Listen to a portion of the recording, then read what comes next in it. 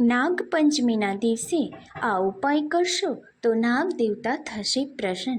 તમને મળશે કાલ સર્પદોષમાંથી છુટકારો.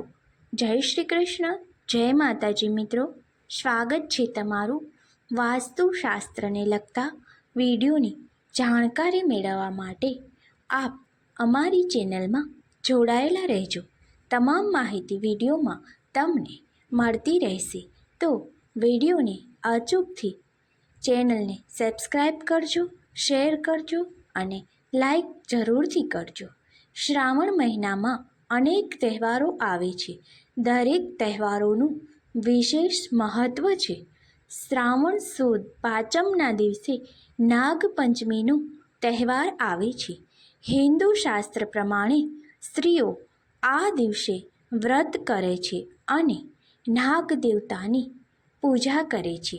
આ ઉપરાંત ભગવાન શિવની પણ પૂજા કરે છે. આ દિવસે આપણે અમુક ઉપાયો કરવાથી જીવનમાં ઘણા શુભ પરિણામ મળી શકે છે.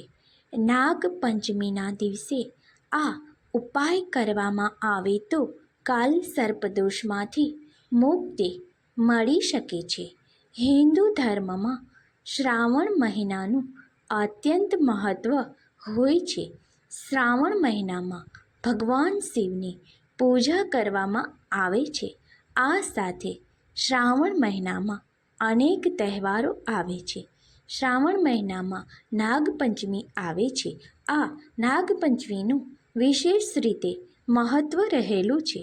નાગપંચમીના દિવસે નાગ દેવતાની પૂજા કરવામાં આવે છે.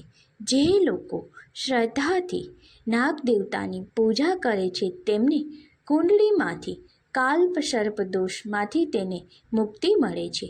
આ સાથે ધન, વૈભવ, સુખ અને સમૃદ્ધિનો વાસ થાય છે. જ્યોતિષશાસ્ત્ર અનુસાર આ ખાસ દિવસે તમે કેટલાક ઉપાયો કરો છો તો તે વિશેષ ફળની તેની પ્રાપ્તિ થાય છે. તો ચાલો જાણીએ આ વિશે. વેદ પંચાંગ અનુસાર નાગપંચમીનું પર્વ દર વર્ષે શ્રાવણ મહિનાના શુક્લ પક્ષની પાંચમની તિથિએ મનાવવામાં આવે છે.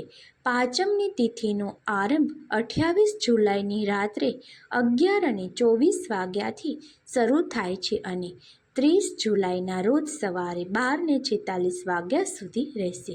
ઉદય તિથિ અનુસાર આ વર્ષે નાગપંચમીનું પર્વ 29 જુલાઈના રોજ મનાવવામાં આવશે. નાગપંચમીના ઉપાયો જાણીએ. તમારી કુંડળીમાં કાલ સર્પદોષ છે તો તમે કોઈ પણ પ્રાચીન અને સિદ્ધ શિવ મંદિરમાં નાગ દેવતાની પ્રતિમાની પ્રાણ પ્રતિષ્ઠા કરો. પછી નિયમિત રીતે શ્રદ્ધા અને પૂરા મનથી નાગદેવની પૂજા કરો. આ સાથે દૂધ અર્પિત કરો. આમ કરવાથી કાલ સર્પદોષમાંથી મુક્તિ મળી જશે. આ દિવસે ઘરમાં નાગ દેવતાની પ્રતિમા તેમજ તસવીર લગાવો. પછી ભક્તિભાવથી હળદર, ચોખા, ફૂલ, કાચું દૂધ અને ઘી ચઢાવો. પૂજા પછી નાગ દેવતાની આરતી કરો અને મનોકામના કરો. આમ કરવાથી જીવનમાં પડતી મુશ્કેલીઓનો અંત આવી શકે છે.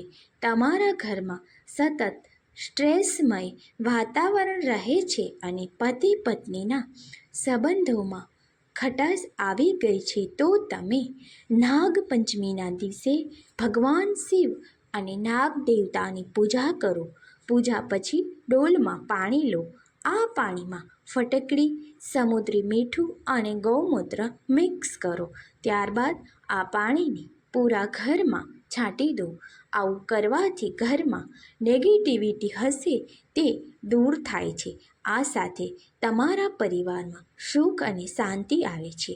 આ ઉપરાંત પછીના દિવસે ભગવાન શિવની શિવલિંગ પર આ વસ્તુ ચઢાવવામાં આવે તો ધન લાભ થશે અને આર્થિક સંકટોમાંથી પણ તમને મુક્તિ મળશે.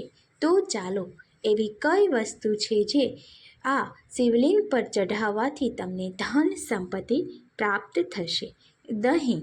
હિન્દુ શાસ્ત્ર અનુસાર જો શિવલિંગ પર નાગપંચમીના દિવસે દહીં ચડાવવામાં આવે તો તેનું ખૂબ જ શુભ તમને પરિણામ મળી શકે છે અને તમે આર્થિક સમસ્યામાંથી છુટકારો મળી શકે છે.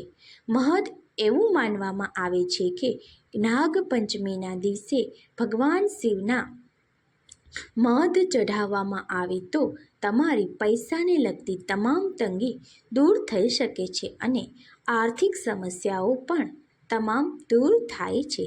ગંગાજળ.